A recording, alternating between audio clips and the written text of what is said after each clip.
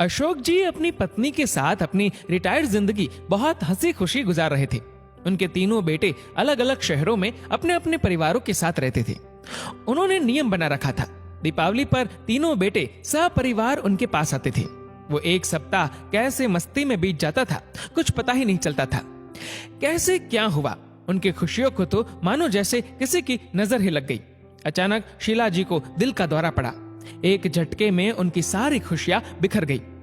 तीनों बेटे दुखद समाचार पाकर दौड़े आए। उनके सब क्रियाकर्म के बाद शाम को सब एकत्रित हो गए। बड़ी बहू ने बात उठाई, बाबूजी, अब आप यहाँ अकेले कैसे रह पाएंगे? आप हमारे साथ चलिए। नहीं बहू, अभी यहीं रहने दो, यहाँ अपनापन लगता है, बहुत सी यादें। कुछ कहते कहते वो चुप से हो गए। बड़ा पोता कुछ बोलने को हुआ, उन्होंने हाथ के इशारे से उसे चुप करा दिया।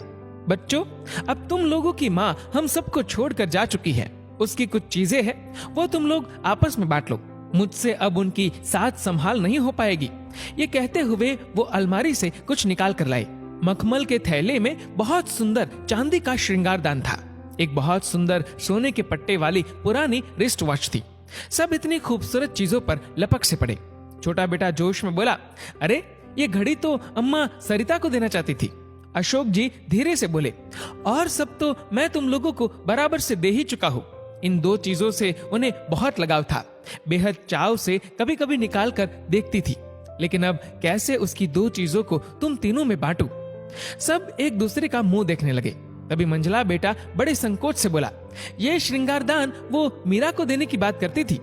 इतने में छोटा बेटा भी बोल पड़ा, पिताजी, ये घड़ी माँ अक्सर सरिता को देने की बात किया करती थी, पर समस्या तो अब भी बाकी ही थी। वो मन ही मन सोच रहे थे, बड़ी बहू को क्या दूं? उनके मन में भाव शायद बड़ी बहू ने पढ़ लिए थे। वो बोली, बाबूजी, आप शायद मेरे विषय में सोच रहे हैं।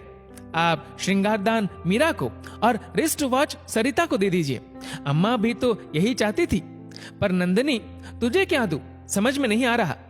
आपके पास एक और अनमोल चीज है, और वो अम्मा जी मुझे ही देना चाहती थी।